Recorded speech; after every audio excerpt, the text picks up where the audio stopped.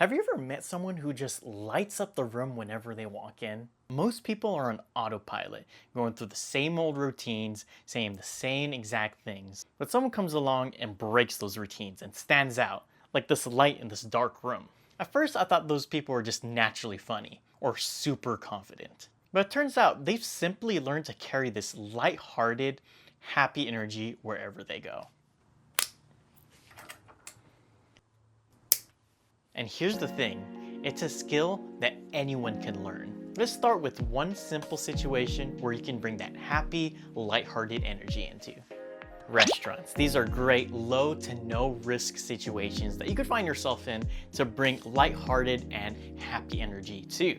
Now, how do you do this? A simple way to do this is asking, what do you recommend? And not just what do you recommend, what do you personally recommend? In other words, asking the server's opinion about what they personally like at that restaurant, assuming that they like the food at that restaurant. Generally, if you ask someone their opinion about something, I've noticed that it breaks the autopilot. If you ask their personal opinion about something, they're glad and generally won't hesitate to give it to you. Generally builds rapport with that other person. Adding that element of what they personally think into your question slightly breaks their autopilot from what they're normally asked. Isn't what do you recommend such a basic question? Doesn't everyone ask that question? Well, a way that you can stick out is bringing a happy attitude or happy energy like we talked about before.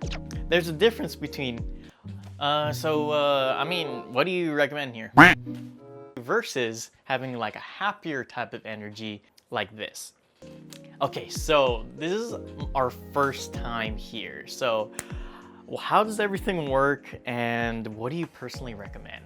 As you can see in the second example, you have there's a little bit of like a lighthearted, hey, we're here to have a good time type of energy or vibe that comes off of that. Generally, in my personal experience, servers enjoy sharing their opinion on what they personally like for the fact that they get to share their opinion, but also, especially if you add that element of that lightheartedness and that happy vibe, happy energy into your question as well. And I know this because I formerly worked as a server. You know, as a server, we have a bunch of things that we're taking care of. We're managing a bunch of tables, making sure that everyone is satisfied. Oh, you need a fork? Let me get you that fork. Oh, you want to order something else? Let me get you. You get into like this flow state and just autopilot, like I've been saying. I gotta say, I did very much enjoy those people that brought that lightheartedness to the meal. Whether or not they told a joke or were having like a playful attitude with me.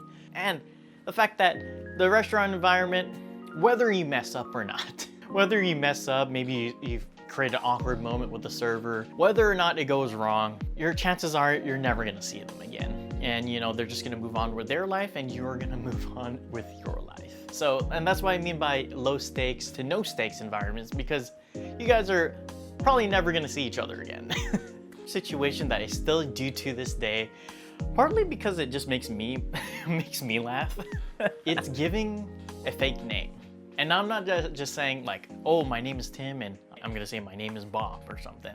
But actually getting a little bit more creative and giving a name that would elicit a laugh, maybe a short chuckle from the other person. My favorite name to give the other person at like a coffee shop, for example, is Clifford. And this is how the delivery goes. And they're like, okay, Clifford. And when they're like kind of like writing the name down, I said, yeah, like Clifford, like the big red dog. maybe that's a terrible name to give because like who knows Clifford anymore? But it could literally be anything like that. The other ones I've used is Barney from our imaginations. I think Chuck E. Cheese as well. And the delivery kind of goes, oh, can I get the name for the order? And I say, Barney. Like, okay, Barney. Yeah, Barney, like from our imagination. And the thing is, it doesn't work 100% of the time. But then when it does work, it gets the other person to chuckle and laugh a little bit. And even those little things, like I said, breaks people out of their autopilot and maybe even the potential of making that person's day a little bit easier. And those seemingly insignificant things can have the potential of making that person's day. And if not, or making that person's shift a little bit easier. Now, this next situation that you could practice in and get the reps in is not necessarily haha funny, you'll make them laugh, but just a little bit of lightheartedness that you could sprinkle in can still make quite an impact on the other person. And that is with cashiers and customer service representatives over the phone. If I learned anything from being a phone customer service representative, is that, man, that job is monotonous and it is boring. Sitting in front of a computer screen 8 hours plus every single day, and on top of that being yelled at by customers. Oh my, what a life, right? Seeing how much that customer service representatives do and have to go through, it just made me change my view on how to engage with customer service representatives now that I'm not one anymore. I'm pretty sure other people that are and were in customer service can agree with this fact, but just having a simple conversation with us, maybe trying to crack a joke, even if it's as simple as, hey, how you doing? How's your day going? And asking it from a genuine place, and that definitely made my day better when I came across people that were kind.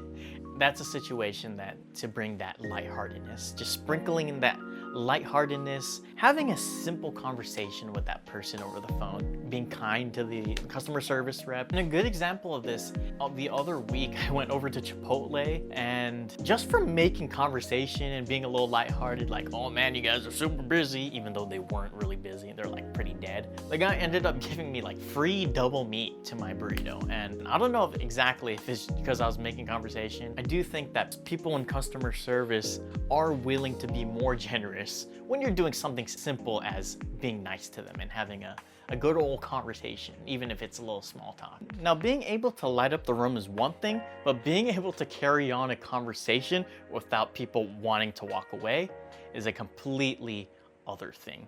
In this video, I share 3 questions that you can ask people that'll make people actually want to talk to you. Check it out.